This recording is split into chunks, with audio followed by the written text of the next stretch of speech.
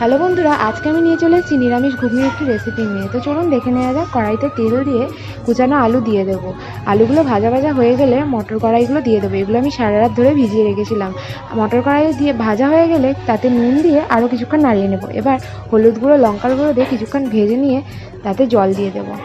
জল দিয়ে প্রেশার কুকারে সেদ্ধ হতে দেবো কিছুক্ষণের জন্য। অন্যদিকে কড়াইতে তেল গরম করে জিরে, শুকনো লঙ্কা, তেজপাতা ফোড়ন দিয়ে রসুন বাটা, আদা বাটা দিয়ে ভেজে নেব কিছুক্ষণ।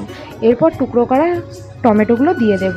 টমেটো দেওয়ার পরে কিছুটা নুন দিয়ে নাড়িয়ে নেব। মশলাটাকে ভালো করে ভেজে কষিয়ে নেব। কষানোর পরে প্রেশার কুকারের ওই সেদ্ধ করা আলু মটরটা দিয়ে দেব। এবার কিছুটা জল নাড়িয়ে রেখে ফুটতে দিলেই রেডি আমাদের নিরামিষ ঘুগনি। তাতে কিছুটা ভাজা জিরে দিয়ে নামিয়ে নিতে পারেন। আমার কাছে ধনেপাতা ছিল না, তাই আমি দিইনি। আপনাদের কাছে যদি থাকে দিতে পারেন। তো দেখে নিলেন তো নিরামিষ ঘুগনির রেসিপি।